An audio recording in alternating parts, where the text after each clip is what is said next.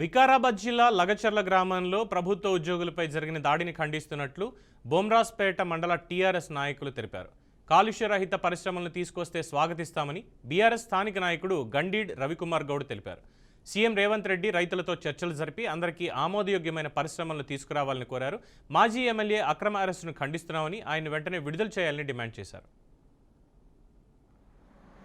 సంఘటనను ఏదైతే అధికారుల మీద దాడి జరిగిందో దాన్ని ఖండిస్తూ ఏదైతే గత 8 నెలల నుండి ఫార్మా కంపెనీ ఇక్కడ రేవంత్ రెడ్డి గారు ప్రయత్నం మొదలెట్టిందో అప్పటి నుండి గిరిజనులు కానీ తాండలో కానీ ప్రతి దగ్గర ప్రతి రైతు ఒక ఆందోళన ఉన్నారు. ఎందుకంటే వాళ్ళ తాత ముత్తాతల కాడ నుండి అయితే భూములు చేసుకుంటూ వస్తున్నారో దాని మీద వాళ్ళు ఆధారపడి ఉన్నారో దాన్ని తీసుకోవడము దాన్ని తీసుకొని ఫార్మా కంపెనీకి ఇవ్వడం అనేది ఇది చాలా బాధాకరమైన విషయం. ఎందుకంటే మీరు ఇక్కడ సీఎం ఇక్కడ ఒక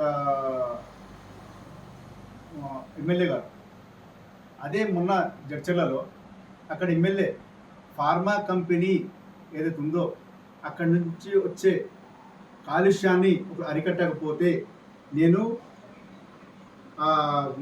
ఫార్మా కంపెనీ కాల్ చేస్తానని చెప్పింది, మీ ఎమ్మెల్యే గారే చెప్పింది.